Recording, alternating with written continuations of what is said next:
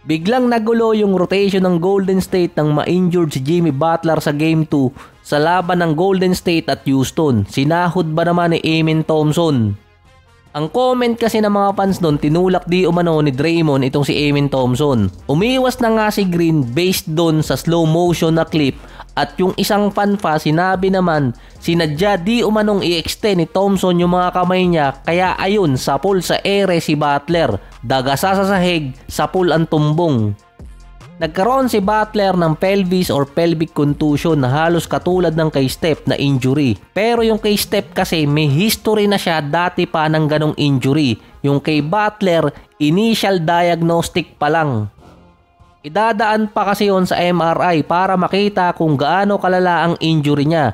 Pwede kasing pumatak na ilang linggo ang recovery time, depende sa grade ng injury. Nahihirapan din kasing gumalaw si Butler, kaya anong nangyari, dumiretso na siya ng locker room at hindi na bumalik ng game. Kaya napilitan na ipasok si Kuminga sa Game 2. Naka 26 minutes, 11 points, 5 rebounds at 3 steals. Non-impact game yon para kay Kuminga na malamang kinalawang din dahil binangko ng ilang beses ni Steve Kerr. Big time chance yun kay Kuminga na ipakita na mali ang ginawa ni Steve Kerr na ibinabangko siya. Pero based pa rin sa mga write-ups, ang lumabas ay tama ang ginawa ni Steve Kerr. Big time game, hindi masyadong ganong kalaki ang impact nitong si Kuminga, lalo na si Podziemski. Hindi rin maganda yung pakiramdam bago yung laro. Si Podziemski yung third leading scorer ng Golden State, kaso questionable nga siya bago yung game at hindi rin maganda yung pakiramdam. Kumain kasi ng bilasang tahong.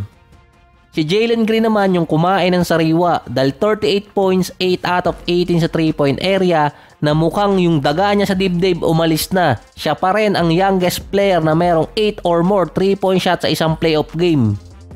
Ayaw din kasing patalo nitong si Jalen Green, nasapok niya pa nga si Draymond, kaso nag-ala Lebron itong si Draymond, nag-flop, natawagan pa si Jalen Green. Mainit ka rin kasi si Draymond Green kina Thompson at Dillon Brooks. Yun pa ang problema sa Golden State, wala na nga si Butler, napuprostrate pa si Draymond. Si Jalen Green pa may natutunan pang depensa mula kay Dillon Brooks. Bembangin mo si Steph, sobrang hilig sa babae na hilig na sa lalaki. Underrated kasi yung depensa ni Green, pero yung wala sa iba na meron siya, hustle play, sumusunga ba sa sahig para sa bola, hindi tulad ng iba na ayaw madumihan yung jersey. Siya yung matatag na best player ng Rockets kahit pa si Sengun, yung all-star, pero siya din yung isa sa pinaka-hustle player ng Houston, kaya iba ang epekto nun sa team. Hindi kasi nakikita yung stats ng hustle play. Mostly makikita yun in-game. Pero iba pa rin ang NBA dahil nalagyan nila ng stats yun. Si Green merong 100% sa loose ball recover galing defense. Kumbaga kapag na-deflect niya yung bola, hindi niya lang basta-basta pababayaan yun. Hahabulin niya kahit pa dumapa siya sa sahig. Lumamang pa ang Rockets hanggang 20 points sa game na yung tawagan dyan wala tayong magagawa. Nalimit pa ng Houston yung Golden State sa 28 points sa paint na meron ng Rockets naman na 46 points. Halos pantay lang kasi sila mula sa 3-point area, pero mas maganda yung points in the paint ng Houston. Kahit small ball pa ang Golden State, top 4 sila nung regular season sa rebounds. Kaso sa Game 2, out-rebounded ng malaki ng Houston yung Warriors 47-33.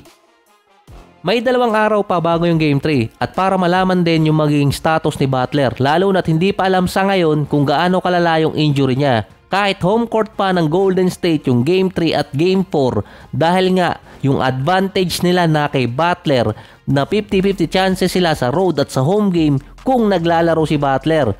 Pero ngayon mukhang kailangan gumamit ng thinner ni Kuminga para maalis yung mga kalawang na nasa kanya kasi wala nang option na pamalit kay Butler kundi siya.